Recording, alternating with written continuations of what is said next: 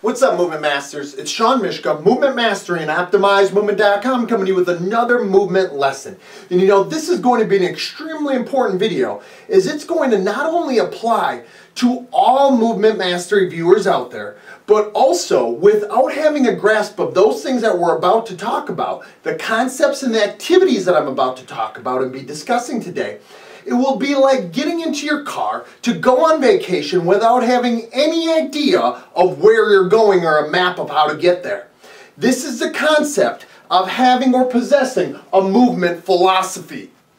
Now, ask nearly any movement specialist out there and they will likely tell you that they have a movement philosophy.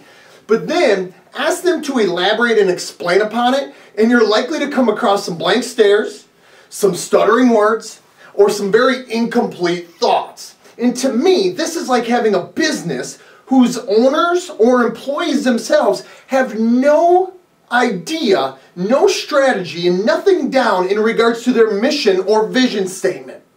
You know, so I think this is an important topic, and it's something that we should all address when we look at having a movement philosophy and what it really says about you, your movement practice, and how it is that you're going to go about optimizing movement for your athletes.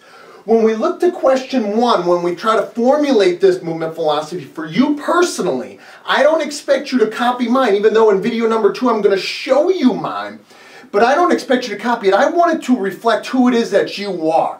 And that's really where we start. When we look at why do we need a movement philosophy, having one essentially helps guide you in every single situation to ensure that you don't come across, or when you do come across confusion, as well as complication, that nothing sends you off course in that regards, you know, so nothing really slips through the cracks in regards to those types of things that you hold near and dear to you in your overall guiding thoughts and objectives.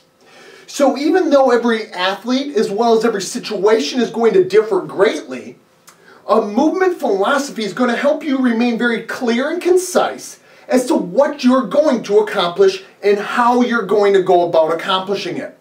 Now, that movement philosophy should be like an athlete's movement. It's living, it's breathing, and it's ever evolving. When we look at question 2, what will this movement philosophy consist of? I believe that you can go about this one of 2 ways. The first way is to essentially list steps or list a process that you're going to take with each athlete that's going to reflect your beliefs regarding movement. However, I find that this is an easy way to fail in many cases. You know, it's one thing that if you're very experienced and you can have a distinct path that can kind of deviate depending on what the situation gives you and offers you, that's one thing. But most movement specialists out there probably need a little bit different idea. So if we have a list of steps or a process, sometimes it's easy to fail to see the forest through the trees, so to say. So instead, I prefer to list out the important movement principles and concepts that I hold near and dear to me. And when we go to part 2 of this movement philosophy, movement lesson, you're going to see that I prefer to take the second route. I list out important movement concepts and principles that are important to me. And here, these are the things that I must always keep in mind when I'm doing what I do. They essentially reflect exactly who it is that I am, what it is that I believe, and what makes me and my approach different from everyone else out there. And this really, when all is said and done with our movement philosophy, is exactly what it should be. It should be a living, breathing, ever-evolving representation of who it is that you are and what movement optimization and mastery means to you. So when we move to question 3 is where do we begin? I believe the best place to start is essentially with your objective. This objective is going to reflect your guiding vision and light in regards to your own movement philosophy. For example, for me, I live, as you guys know, by the idea that I've shared with you before from Natalia Verkhoshansky, when she stated, sport is the art of movement. And the purpose of our work then is the perfection of that movement. Thus, my objective with my movement philosophy is to increase optimization of the display of movement for the athlete when and where it counts, which is in the sport.